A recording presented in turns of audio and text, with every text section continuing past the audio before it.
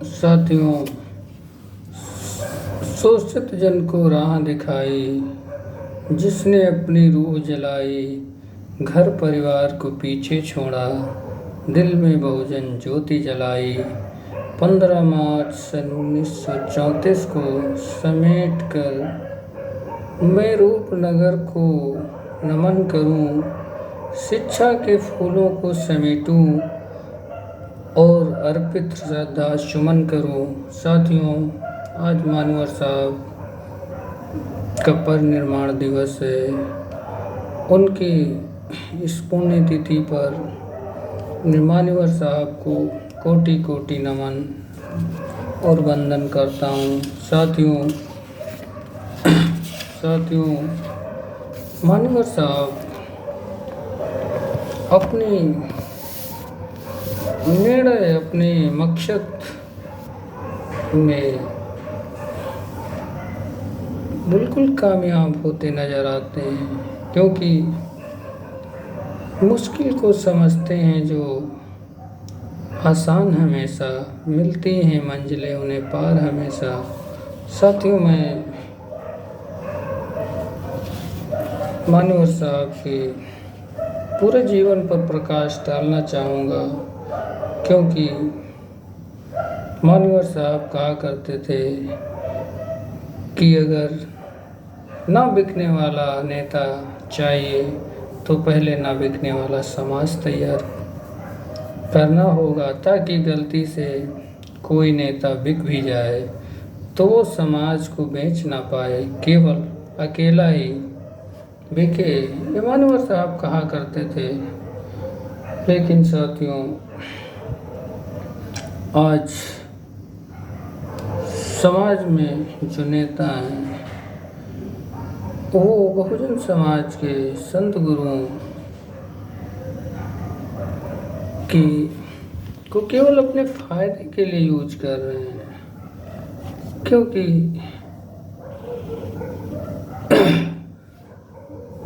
ये जो फल खा रहे हैं पके पकाए हुए, ये पेड़ हैं अपने पुरखों के लगाए हुए, और इन पेड़ों को नहीं बचाओगे मेरे साथियों तो कल फल कहाँ से खाओगे।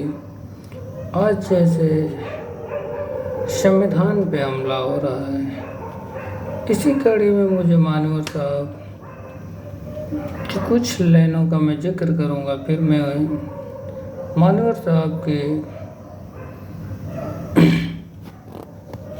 पूरे जीवन पर प्रकाश डालने की कोशिश करूँगा। साथियों, मानवर साहब कहा करते थे कि समय रहते हर चीज़ का उपचार जरूरी है, क्योंकि वो कहा करते थे कि जगाया उसे जाता है जो जिंदा होते हैं, मरे हुए लोगों को दफनाया जाता है। हकीकत में उनके करिश्माई नारे ने पूरे समाज में जन जागृति लाई, और उस समय की ज़रूरत थी। उन परिस्थितियों को देखते हुए आज भी समाज को ज़रूरत है कि साथियों, कर सको तो अपनी बाणी में वो असर पैदा करो, रुख हवाओं का मोड़ दो वो हुनर पैदा करो। चाहते हो इस देश में मान सम्मान और स्वाभिमान से जीना, तो हर घर में एक मानवर साहब का श्रीराम पैदा करो, हर घर में एक डॉक्टर अम्बेडकर पैदा करो, हर घर में एक महात्मा ज्योतिबा फूले पैदा करो। साथियों, मैं आज मानवर साहब की पुण्यतिथि है, तो मैं उन्हीं पे जो है कोशिश करूँगा कि उनके पूरे जीवन पे एक संक्षिप्त प्रकाश डालूं।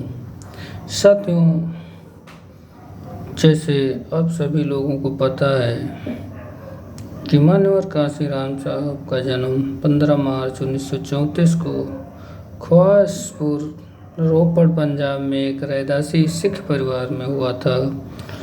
1958 में बीएससी स्नातक होने के बाद काशीराम साहब पूना में रक्षा उत्पादन विभाग में एक सहायक वैज्ञानिक के पद पर नियुक्त हुए। डीआरडीओ पूना में नौकरी के दौरान वाल्मीकि जाति के एक जुनूनी अम्बेडकरवादी अर्थात चतुर्थ श्रेणी के कर्मचारी दीना भाना साहब ने बाबा साहब द्वारा लिखित पुस्तक एनिहिलेशन ऑफ कास्ट यानी जातियों का विनाश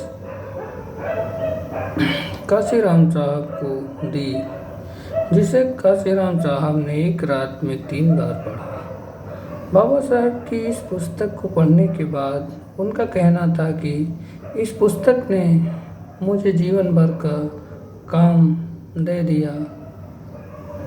साथियों, कांशीराम का जीवन त्याग और निष्ठा का उत्कृष्ट उदाहरण है। उन्होंने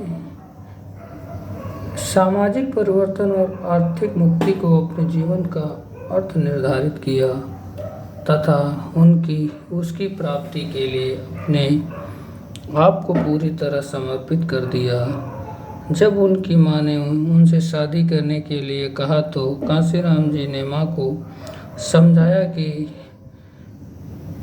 समाज की भलाई के लिए खुद को समर्पित कर दिया है और नौकरी छोड़ने पर उन्होंने 24 पन्ने का एक पत्र अपने परिवार को लिखा। उसमें उन्होंने बताया कि अब वो संन्यास ले रहे हैं और परिवार के साथ उनका कोई रिश्ता नहीं है। साथियों, वह अब परिवार के किसी भी आयोजन में नहीं आ पाएंगे।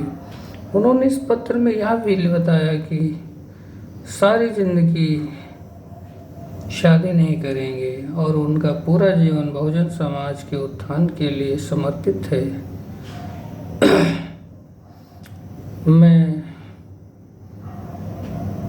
मानव साहब को साथियों काशीराम साहब एक ऐसे मार्ग को चुना था जिसके नेता भी वो स्वयं थे और कार्यकर्ता भी स्वयं थे। इसलिए उन्होंने एक बड़ी योजना तैयार की। मित्रों, इस योजना की पहली कड़ी थी विचारधारा का चुनाव। उन्होंने बहुजनवाद की थीसिस विकसित की। उनके अनुसार ब्राह्मण क्षत्रिय और वैश्य 15% यानी अल्पजनवर्ग हैं तथा दलित, पिछड़ा और अल्पसंख्यक यानी SC/ST OBC समाज यानी पूरा बहुजन समाज 85% है, फिर भी वो शोषित है। और 15 और 85 का एक फार्मूला तैयार किया। साथियों, काशीराम साहब ने बहुजन समाज बनाने के लिए 7 समाज सुधारक जो बहुजन समाज में पैदा हुए थे, उन्होंने ब्राह्मणवादी सामाजिक व्यवस्था के खिलाफ विद्रोह किया था, जैसे नारायण गुरु, घासीदास, बिरसा मुंडा, रामास्वामी नायकर जिन्हें हम सब पेरियार कहते हैं, पेरियार रामास्वामी नायकर, महात्मा ज्योतिबा फूले, शाहूजी महाराज और बाबा साहेब भीमराव अम्बेडकर। इनके विद्रोह, इनके विचारों को पुनः जीवित कर अपने मिशन को भौगोलिक और सामाजिक विस्तार देने की योजना बनाई। साथियों, उन्होंने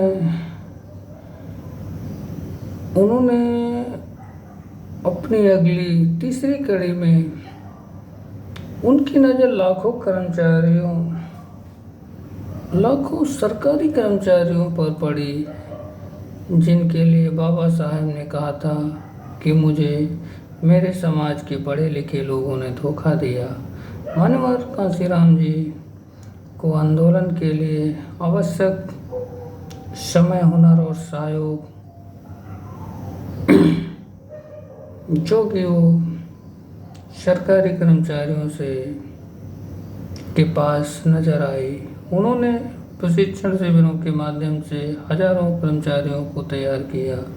विचारधारा, कार्यकर्ता और नेता जैसे आवश्यक अंगों को तैयार करने के पश्चात साहब ने एक संगठन का निर्माण कार्य प्रारंभ किया। साथियों, मानव साहब कहा करते थे कि राज्य सत्ता को मास्टर चाबी कहते थे। वे राज्य सत्ता को साधन मानते थे।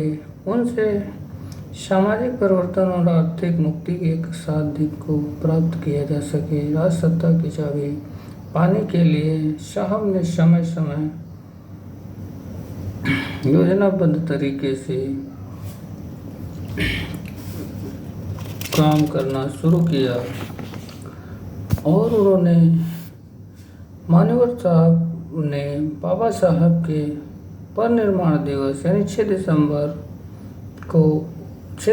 1978 को अर्थात तो बाबा साहब के परिनिर्वाण दिवस पर उन्होंने बामसेब का गठन किया। बामसेब एक गैर राजनीतिक, गैर धार्मिक संगठन था।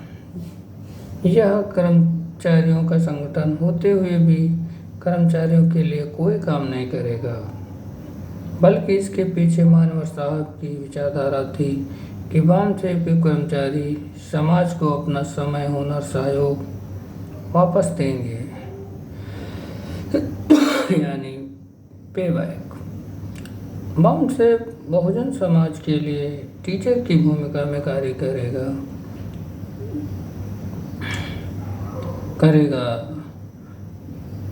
परिणाम स्वरूप बामसेब के कार्यकर्ताओं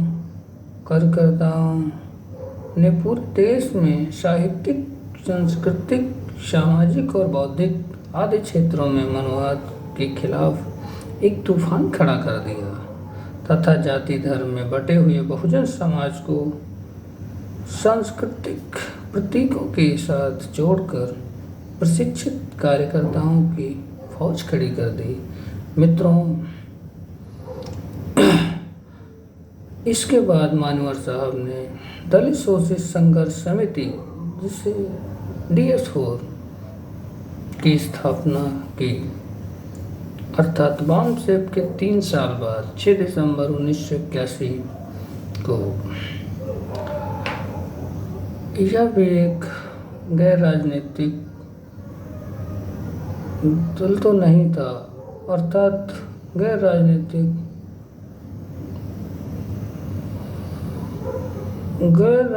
दल था, लेकिन इसकी गतिविधियां राजनीतिक दल जैसी थी। बामसेब की भूमिका अप्रत्यक्ष तौर पर DS4 के माध्यम से संघर्ष में परिवर्तित हो चुकी थी, जिसकी वजह से काशीराम साहब के नेतृत्व में मनोवाद के खिलाफ एक जन आंदोलन खड़ा हो गया। मान्यवर साहब अपने कार्यकर्ताओं के प्रशिक्षण शिविरों में कहा करते थे कि जिन लोगों की जड़ें गैर राजनीतिक जड़ें मजबूत नहीं हैं, वे समाज सफल नहीं हो सकते, वे राजनीति में सफल नहीं हो सकते। अब वे बामसेब और DS4 की गतिविधियों से गैर राजनीतिक जड़ें मजबूत हो चुकी थी और मान्यवर साहब के सक्षम नेतृत्व से बहुजन समाज में राजनीतिक भूख पैदा हो गई। मित्रों,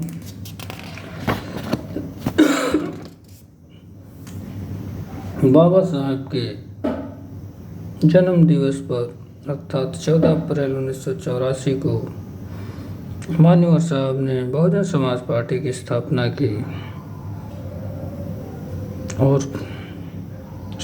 की जिसका उद्देश्य स्पष्ट था कि पहले से राज्य सत्ता की चाबी पर कब्जा करना, फिर सत्ता की चाबी से सम्राट अशोक के स्वर्ण भारत की पुनः स्थापना करना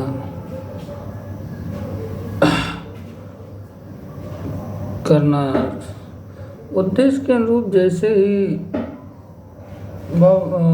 बीएसपी की पहली बार सरकार बनी, मान्यवर साहब ने उत्तर प्रदेश को बौद्ध राज्य घोषित कर दिया। साथियों, इस योजना के तहत बसपा की सरकार ने कहीं पत्थर भी लगवाया तो श्रमण परंपरा के महापुरुषों के नाम का लगवाया। मानवर काशीराम जी के जीवन में सबसे बड़ा झटका पार्टी गठन के मात्र 2 वर्ष बाद ही लग गया, जबकि वामशिव काशीराम से अलग हो गया। इसका अफसोस अक्सर मानवर साहब अपने भाषणों में किया करते थे। मैंने सारी जवानी का पूरा दिमाग और समय वामशिव को तैयार करने में लगाया था, यह सोचकर कि समय आने पर वामशिव का सदुपयोग कर मैं आसानी से बहुजन समाज को हुक्मरान समाज बना दूंगा। लेकिन वामशिव के कुछ लोगों की गद्दारी की वजह से वामशिव को मुझसे अलग कर दिया गया है। मैंने फिर प्रण किया है कि अब मुझसे अपने बलबूते पर इस मिशन को मंजिल तक पहुंचाना होगा। मान्यवर जी की उपलब्धि से या तो अंदाज़ा लगाया जा सकता है कि यदि उन्हें वामशिव का साथ मिला होता तो ज़रूर वे बहुजन समाज को हुक्मरान समाज बना कर ही जाते।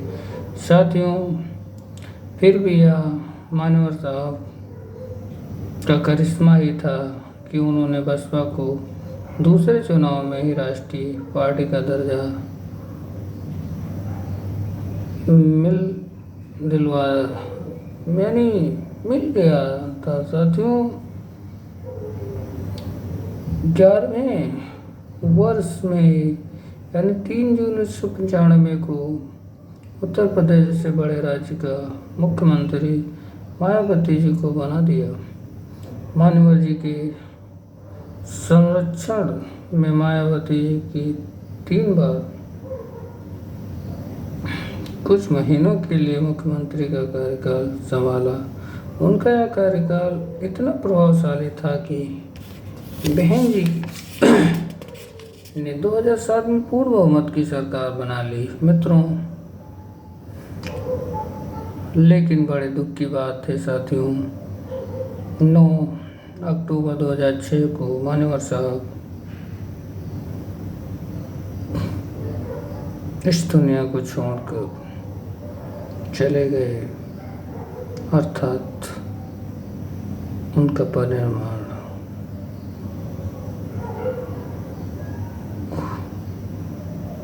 को प्राप्त हो जाने की वजह से अब मायावती की पूर्ण बहुमत की सरकार पर मान्यवर काशीराम जी का साया नहीं था। साथियों, अब निष्कर्ष पे आते हैं कि निष्कर्ष के तौर पर कहा जा सकता है कि काशीराम जी का त्याग और समर्पण की सारी सीमाओं को लांघकर बहुजन समाज के प्रति संवेदनशील और अपने मकसद के प्रति जिद्दी थे। उनकी इस जिद का ही परिणाम था कि साधनहीन समाज में मान्यवर साहब ने फूले शाहू पेरियार अम्बेडकर मिशन जो बाबा साहब के निधन के साथ दफन हो चुका था, मान्यवर जी ने इस मिशन को 0 से शुरू किया कर पुनः जीवित कर दिया। बहुजन आदर्श और बहुजन साहित्य को पहचान दिलाकर मान्यवर साहब के सपनों का भारत, सम्राट अशोक के सपनों का भारत बहुजन समाज को ख्वाब दिखा दिया। साथियों, मान्यवर काशीराम साहब के बहुजनवाद ने मानववाद को हमेशा के लिए अपराधी घोषित कर दिया। भविष्य में कांशीराम साहब की बसपा भले ही खत्म हो जाए, लेकिन कांशीराम साहब का बहुजनवाद सदैव प्रासंगिक बनकर बहुजन समाज को प्रेरणा देता रहेगा। लेकिन आज लखनऊ की महारैली को देखते हुए लगता है कि लोगों में आज भी मानवर साहब के प्रति उनको श्रद्धा सुमन अर्पित करते हुए आज बहन जी ने काफ़ी लंबे समय के बाद शक्ति प्रदर्शन किया। आज भी लोगों में मानवर साहब के प्रति पूरी श्रद्धा है। मित्रों, मैं कहना चाहूँगा कि मानवर साहब कहा करते थे कि हम बहुजनों पर सितम नहीं होते, हमारे ऊपर आज इतने गम नहीं होते, यदि हम सारे सितारे सिमट जाते